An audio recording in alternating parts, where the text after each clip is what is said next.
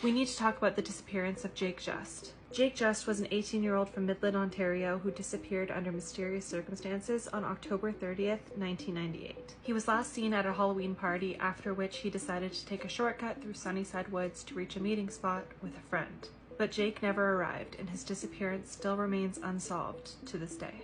It has been almost 26 years since his disappearance, which has left plenty of time for lots of different theories to emerge about his fate. One suggests that Jake, who had been drinking, had suffered a head injury, gotten lost, and possibly drowned in a nearby swampy area. There's also a quicksand theory that I've read about online as well. However, there have been extensive searches with helicopters, divers, dogs, and there has been no evidence to support any of these theories. Another theory suggests a more sinister scenario where Jake may have encountered some local drug dealers and possibly got harmed from them. I'm not entirely sure about the details of the relation of this individual to Jake Just, but this person had came forward and told the police, and that his body potentially could have been found somewhere in Georgian Bay, I believe it was. Yes, so this individual had stated that Jake had potentially been in an encounter with some drug dealers, beaten, murdered, and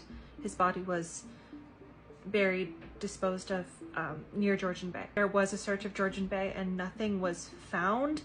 On top of that, Jake Just's mother says that is extremely out of character for him to be involved with drug dealers and be doing drugs. However, it is worth noting, because as much as she appreciates all the tips, because obviously she wants to know what happened to her son, it just seems out of character, and she doesn't seem to believe that that's what happened to Jake. Now, could the mother just not want to believe that her son had gotten wrapped up in things like that? Of course. But despite the ongoing investigation and a $50,000 reward for information, there has been no significant breakthroughs on this case. At this point in the video, I do urge you that if you have any information, no matter how small it might seem, about Jake Just and his disappearance, to please come forward and share that with the police.